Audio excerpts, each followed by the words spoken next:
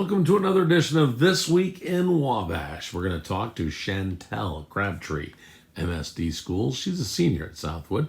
Mike Kefeber talks to her about her intern program.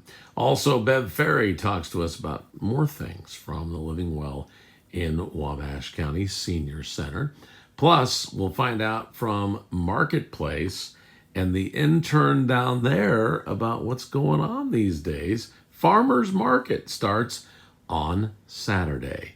Plus, Mayor Scott Long joins us, and we will replay what happened Thursday morning on 105.9 The Bash Morning Jam. Some excellent things going on as far as new jobs and industry putting some money into the community. We'll tell you more about all that coming up on This Week in Wabash. Sit back and enjoy.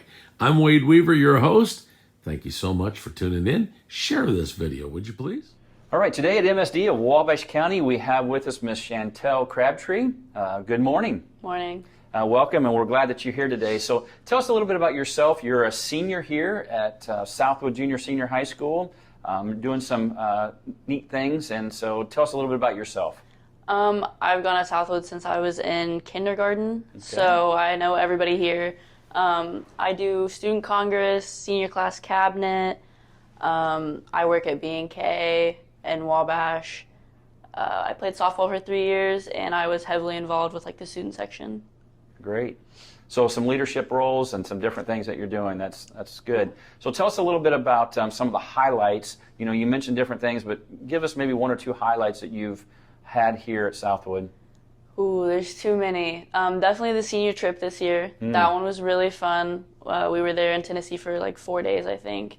I would say my freshman year when the basketball team went to state, that one was really fun. So a lot of athletic things as well as things within the school are fun. Okay. So yeah, you had great weather in Tennessee until maybe the last day. You had a little rain maybe. Oh yeah, the last day it was like freezing and like rainy. But you had a good, and those are memories that will last a lifetime, and you just make sure you keep those, because I know I'm a graduate of Southwood, and so I have a lot of memories of this school also. So you are also involved in what we call the professional internship program in Mrs. Johnson's class, and I don't know necessarily what you're doing, so go ahead and tell the audience a little bit about that experience that you have right now and some of the highlights there also. So I intern at Modocs Market. I'm a marketing intern, so I do a lot of different things. I also just do like random things like clean out windows, but as an intern would. But I do a lot of marketing for the social media and things like that, so that's been really fun. The internship program is really great. Mrs. Johnson's done a really good job with that. So tell us about right now. You know, if I would say Facebook to you, you probably don't even do Facebook. You probably do Instagram. You do all these different things. But what are you doing right now at Modocs? How are you reaching the community the best? Right. So Facebook has become a lot bigger part of my life this year, being with Modocs. So I post a lot of different content, a lot of videos. That's something that I've brought into Modocs this year because they didn't have a lot of video content. So that's been getting a lot of views recently. Okay. So a lot of times you learn a little bit about those internships, and it's something that you may go ahead and go to school for. So tell us a little bit about your plans for after high school. So it's a little questionable right now, but I'm definitely going to IU Bloomington. Right now I'm going in for psychology, but I've thought about marketing. So it's kind of just up in the air. So whatever happens, but IU Bloomington for psychology currently. All right. So you have a lot of options, and really your freshman year you can kind of decide on some of those different things and maybe change tracks. But so you had a good experience with the professional internship, and now you're going into psychology. And since you brought that up, tell me a little bit why you're looking at the psychology and what you would like to do with that degree. So I want to be some kind of therapist, but I've also thought about teaching because Mrs. Johnson herself tries to convince me every day that I need to be a teacher. So if I did something with psychology, I might be like a teacher that teaches psychology, I guess. But I took a psychology class here at Southwood actually my junior year, I think, and I really enjoyed it. So I looked into it more, and that's just something I'm interested in. And going to IU, why IU? It's far enough away from home, but not too far that I can't come home. Sure. So it's a bigger city feeling, so that's kind of what I'm looking for. Okay. And I guess I'll ask you one other question with that, because you may have a different answer than some of the students that I've asked. But once you get your degree, with whatever that is, where do you see yourself landing when you get out of college? Definitely with a good job. I'd say a good job, and then this is just random, but I plan to move to like Washington. The state, Yes, Washington? the state Washington. That is one Wow. of my bigger aspirations, is moving out of state. So I guess we'll see. And Washington. Why Washington? It's the The nature out there is really, really beautiful. I don't know if Okay. you've ever been out there, but I go out west in the summer, so I just like being out there. Okay. All right. So that's interesting. We'd love for you to come back though, especially if you go into teaching or into psychology. Yeah. But and there are a lot of things to offer here, but Washington is a different state and different opportunities there also. So again, Chantel, just thank you very much for your time today. Sounds like you've had a great experience here at Southwood. Appreciate your time. And as always, at MSD of Wabash County, dream big and work hard. Bev Ferry joins us on This Week in Wabash, the CEO of Living Well in Wabash County, and excited to do this again this week. And last week you had some very exciting news as far as activities kind of starting back up. So now we're a week into that. What else is going on? Well, we've got the fitness with MJ 3 times in a week. So mornings, 9:45, Mondays and Thursday, and 3 o'clock on Wednesday afternoons. And that is free. That is free. And if anybody, talk to anybody who's had that class, she is good. It's fun. And you become flexible. 2 things, and it's free. So that's awesome. probably our biggest. We had, of course, our garden party, and we have coming up just more of things that we're going to add in, like yoga will be back in June, and we're very excited to have yoga back in June, and we'll start adding just as we go. Hardest part is that we are requiring masks. Now, when they're doing their exercising, if they're fully vaccinated, great. They don't have to wear it they can take it off to exercise, and then it's got to go back on. Do you remember easy listening music, like elevator music? And there was a station in Marion with this, I don't know if you were around then, but, Manavani and all that really nice, quiet elevator stuff that Bechtel Grocery plays. If you go in there, you hear that. The reason why I brought that up is the baby boomers for several years now are taking their fun oldies rock and roll with them into their senior years. And it's interesting because so are their lifestyles. Like they're not necessarily, just slowing down too much. A lot of the seniors are more active. Do you find that, right? I do, and it is a huge generational change. Remember, the baby boomers' parents were the first generation who lived longer to that extent in mass, and they had moved across the country, so they weren't near their children or other relatives. So a lot of what we do at Living Well is we try to break those stereotypes. And I like to say you don't get that gold watch and the rocking chair anymore as a gift when you retire. First of all, that's not healthy. You need to get up and go. But one of the things that I think really stops people is they let their dreams of maybe when they were teenagers or a child, or maybe even in their 20s and 30s, they let those dreams stop them from moving forward just because you're not going to win an Olympic gold medal, you can, or hike, some mountain, you can still go hiking in the local areas, the local state parks that we have. You can, maybe if you love swimming that much, try swimming at the Y in Wabash, or swim laps also at the pool in North Manchester. You have to adapt. Like everything we do, we adapt. It's about making choices, but it's choosing to look at your dreams and think, can I like if you dreamt to be president in the United States, okay, that's not going to happen at this point. You're of that age. Of course, I don't know. Some guys are older. Maybe run for city council. If you have an interest in government or local governments where it's at. So, get involved in that. volunteer, call the mayor, ask him if he has any opening on any of the committees. There are ways that you can contribute. You do not have to be a senator or a congressman at all. You don't. You can take that dream and reshape it. My mother was the perfect example of this. I grew up always knowing that my mother was a painter. Well, that was what my mother wanted to be. But my mother never started painting until she took her first class at 85. Wow. See, Dad was her job.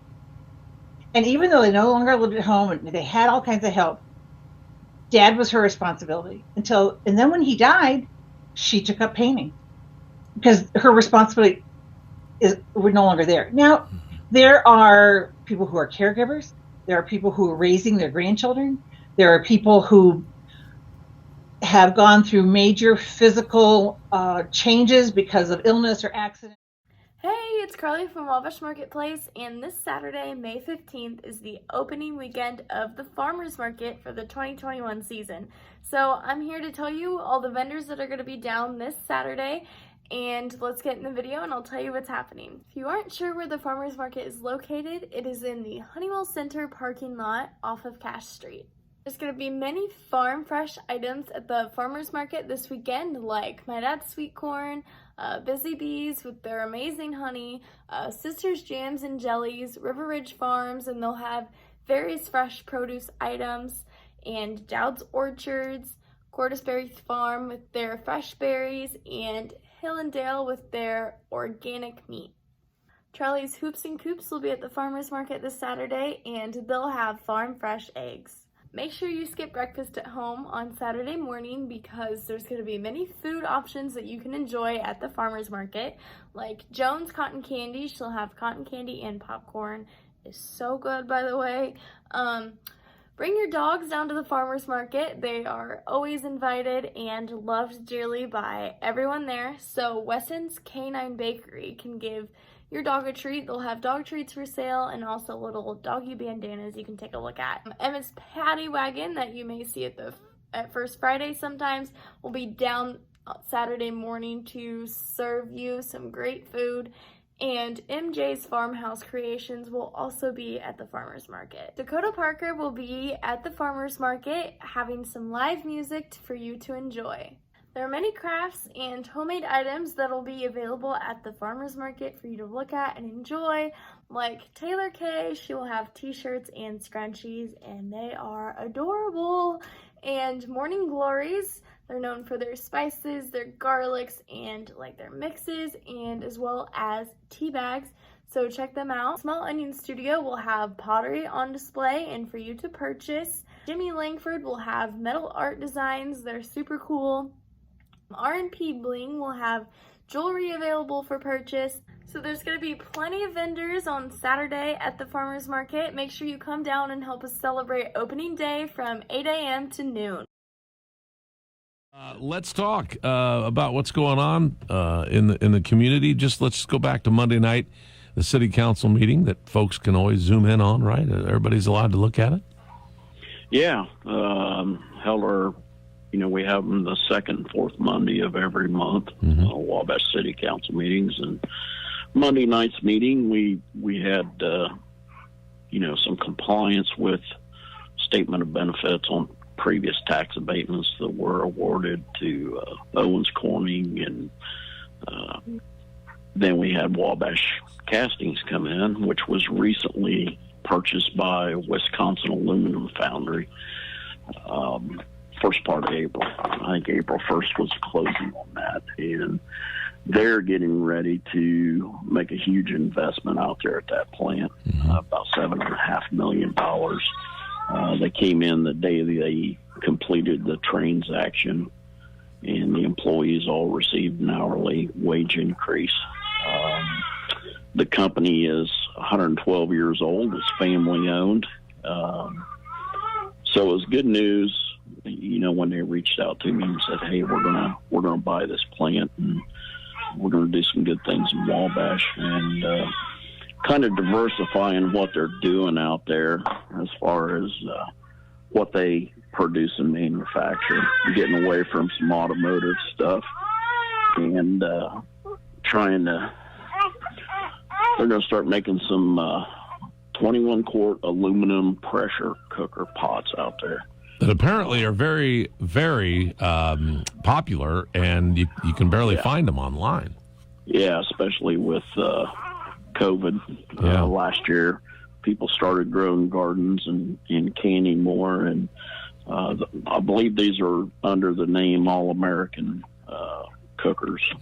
If you look for them online. So that's good news. You're not tied to the automotive industry, and this company is diversified. They have some medical device products that they make, and there are 5 plants in Wisconsin, and their intent is to shift that entire pressure cooker line to Wabash. Yeah. And I've talked to some employees that work out there, run into them. The morale instantly changed. You know, when your company's held in receivership, owned by a bank, it was good for the employees to see, you know, somebody who actually does the work come in and buy that company. So that's a good thing, and they're going to increase jobs.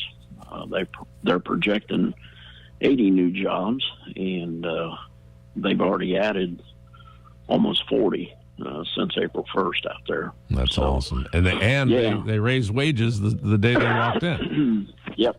That's huge. Good faith. And then absolutely. Owens Corning is making a big investment in the community too. Yep. They did some things out there a few years ago. I think it was 2015 maybe when they came in for those pavements. But every time they had to do something major at that plant, they had to shut the power down. Duke had to come out and turn it off. So they spent a bunch of money to avoid that, because it not only affected them, it affected other customers in the area when that power had to be shut down while they did some repairs. So Owens Corning brought money into the table and made it so they didn't have to do that any longer. They can shut the power down internally now, benefit to them, and they added a couple of lines of equipment, spinner and a crimper out there to make a different line of insulation. So a lot of people don't know, Wade, that One World Trade Center in New York that replaced the Twin Towers, the insulation in there came from this plant, fireproof insulation. So no kidding. There's a lot of good things come out of Wabash that I don't think a lot of people, you know, realize or know about. Mm-hmm. And obviously, we're thankful that folks like Ford Meter Box continue to operate wonderfully, and we do have a lot of things going on here, and jobs are starting to get even more and more. So if you folks want to get out and get to work and help the industry here in Wabash, we hope you will, and work on it. Wabash Castings is going to be hiring gangbusters. So good steady job. They're looking to pump up to another shift out there too. So plenty of opportunity available here in the community. You just got to go out and look for it. And if you'd like to be part of the hotel industry, the Hampton Inn is looking for folks. So is the Charlie Creek Inn, and all of them. Yep. So. Yep. I think about everybody is, Scott. Is that not true? Hey, yeah, I think you're right. I think Speedway convenience store shut down their third shift because they're having problems getting employees. But yeah, all those service industries and hotels and things of that nature. I see Harry's Old Kettles looking for cooks. If you got any cooking experience, that's a busy place too. So, yeah, absolutely. Yeah. All right. So how's the road construction going on? They were supposed to start milling a couple 3 days ago, and I think I thought they were going to start Monday, and they had dump trucks lined up, and then I realized that the mechanics were working on the milling machine, so that delayed them a day. I had to make some repairs, but yesterday they got all of Wabash Street up the hill, all the pavement milled off there. Mm-hmm. I'm not sure when the paving's going to follow up, but Wabash Street and Manchester Avenue, you're going to see some delays because they have to run one lane while they're doing that. So there is some delays going on there. But, yeah, it's like I've been saying all along the way, it's going to be good, nice smooth roads once they get done. Talked to a couple of Norfolk and Southern guys from West Virginia, and they're doing some work. Miami Street crossing there and several others. How long is that going to be going on, do you know? Well, I'm getting ready to shoot a text to the track supervisor because it's been a week now since they shut it down, and it was my understanding when he initially contacted me, they thought it was going to be open by Tuesday of this week, and obviously that didn't happen. I think they're replacing the crossing out at LeGros, 524 crossing there at LeGros, which was desperately needed. It was in pretty rough shape. So I'm guessing that paving crew on those crossings, once they get done with the one on LeGros, they'll move into Wabash. So I'll shoot my contact a text and see if he can give me a definitive on that. One of the things those guys said, they said, "So you're a radio guy?" I said, "Yeah." And he goes, "Could you tell people that we're doing this work on the railroad cars?" He said, "You'd be shocked at the folks that are just flying up to it and going, oh." And he said, the comment he made was, if we get hurt, we lose our jobs. So it's like, can you tell everybody to kind of take a break around us, please? So yeah, I shouldn't laugh. It's real. I mean, you got to be careful. Well, it's the same way with your road construction. All of them, yeah. Crews All of too. them, yeah. You know, it's not worth living with that for the rest of your life to get somewhere in a hurry. Right. You know, take an alternate route. You know where the construction's happening at. Yeah. If you're in that big a hurry, go a different direction. We've got like 8 crossings in town, so you can get from here to there. Just may take you a few extra minutes. Right. Anything else you'd like to share with us this morning? Oh, man, we've had, 3 days of sunshine in a row? No kidding. Keeping my fingers crossed this holds up. It's weather's starting to break. Little League games, we're running through those. Went up to Fort Wayne last night and watched my grandson play some travel ball at the World Baseball Academy in Fort Wayne. Oh, cool. Man, if you haven't been to that facility, they got a couple fields that are turf infields, turf outfield. It's a really nice facility up there. But yeah, baseball season's in full swing, and Cardinals lost last night 4-1 to the Brewers. So I feel your pain. Yeah, the Cubs just Cleveland beat them twice. It's not fair. Yeah. All right, Scott, we appreciate it. Thanks for all you're doing, and we'll be praying for you and your wife and everything, and that health comes back to all of you, right? Yeah, appreciate that. All right, man. Thanks, Appreciate Scott. that. Take care. You might not win a gold medal, although Duke Davis, he was a former businessman here in town, great guy. He did medal in the Senior Olympics, and he continued to swim well into his 90s. So you might just not get the one that's in Tokyo or wherever. But how you do that is a matter of balance. Now, I like to say, live your life and forget your age. Right? Your age is really not relevant. Unless you were planning to be the first race car driver at 16. Okay, that's not going to work. But putting your life in balance, thinking about what did you really want to be? Well, I wanted to leave something lasting, aside from my kids. But I wanted to leave something lasting. Well, I'm really enjoying writing. And I write about 1,000 words every month. And that's about as much as what I can get done to have it look good. And I'm saving it. So that is something I always wanted. So that's I won't be published in a book. It won't be a play. That's okay. That's okay. So balance. We talk about the 7 dimensions of wellness, and it's the environment, intellectual, physical, we're looking at a list, emotional, vocational, spiritual, and social. And I think I started with physical. But we try to offer balance here at the senior center, but COVID has shot that right out of the water. We just can't do that, not to the degree that we used to. But a lot of what we do is trying to change make people aware of what their potential is. And you don't have to enter the senior center for that. You get it through our print and media and things like this. So think about those 7 dimensions of wellness. And if you didn't catch them, you can always just Google 7 dimensions of wellness or aging. And those come up. Maybe there's 6 or maybe there's 9, but the basics are there. So in order for you to maybe reshape your dream, you got to maybe put everything in balance. And then you pick what you want to do that you want to go forward with. And, take that dream that you had and make it happen. We were not realistic when we were the 5-year-olds saying we wanted to be the fireman, right? Yeah. So only a few could do that job. Professional baseball player, football player, only a few.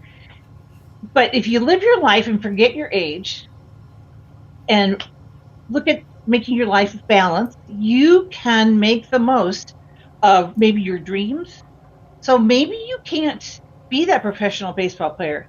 Maybe you make it a dream to travel to every stadium in the country, right? Those are things that would give you great joy. Same thing with the swimming. If you really loved being a swimmer, loved swimming when you're a kid, well, you're probably going to love it now, right? It transfers. It does. I had no idea that my mother had never had a painting lesson, and that was what had stopped her. That and her ability, her desire to take care of Dad and feeling it's her responsibility. And when she took that painting class, it was here at the senior center, just Terry Pulley, and he looked at my mother and said, "You have potential." Wow. Now, how cool at 85. And she painted until 85, so she painted until she was about 92. That was a lot of years, and she was painting once a week. She went down to Joe Woods and was painting there. It was a fabulous thing for a lot of people. Were learning how to paint through Joe, but trying to do other things like that. What a gift my mother was given. But at 85, she could have said, "I'm too old." Oh yeah. So we did some adapting.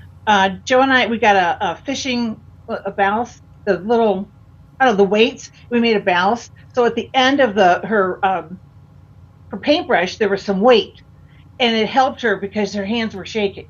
Oh. Well, it steadied her hands. And then, Joe would help. And there are things, just don't give up. And I challenge anybody to call me and tell me what their dream was and that you can't figure out a way to adapt it to now. It may not. You'll help them. I will. Yeah. Yeah, and that's what we are about. We're about finding your potential. We're telling people, forget your age, live your life. Oh, I love that. Forget your age, live your life. That's good. That's good. Living well in Wabash County. Yeah, exactly. And even in your 50s, I go, well, it's probably too late to start. It's not. It's never too late. Like you said, 85, and especially if you're 56. Come on, man. You can do things. You and I have no concept of how young we really are. Yeah. I'm turning 65. Yeah. So it's hard. So think back 30 years from now. So for you, that'd be eventually in your 80s and go back to 26. How many things do you wish you thought, oh gosh, I wish I'd done that. Yeah. I wish I had made that happen. You're going to have the same feeling at 85 if you don't do it when you're 55. Or figure out a way. It's, we're limited by what we haven't thought of, and don't let those dreams stop you. That's awesome. So, Bev, you'll help facilitate that. How can they get a hold of you? 260-563-4475. And a person's idea of something they always wanted to do, maybe we end up with a class. Maybe there's something that we could offer. It truly could end up being something that benefits a lot of people. Yeah. We'd love to hear from them. 260-563-4475. That's awesome. You've even taught people how to do the ukulele. So that was fun. All right. Bev Ferry, CEO of Living Well in Wabash County. Again, thank you for being on This Week in Wabash. We'll check in with you next week. You're welcome. Thank you very much. We'll see you then. Tune in again next Friday for another edition of This Week in Wabash. And also check out the radio program on Sunday mornings at 9 right here on 1059thebash.com and 1059 The Bash Radio.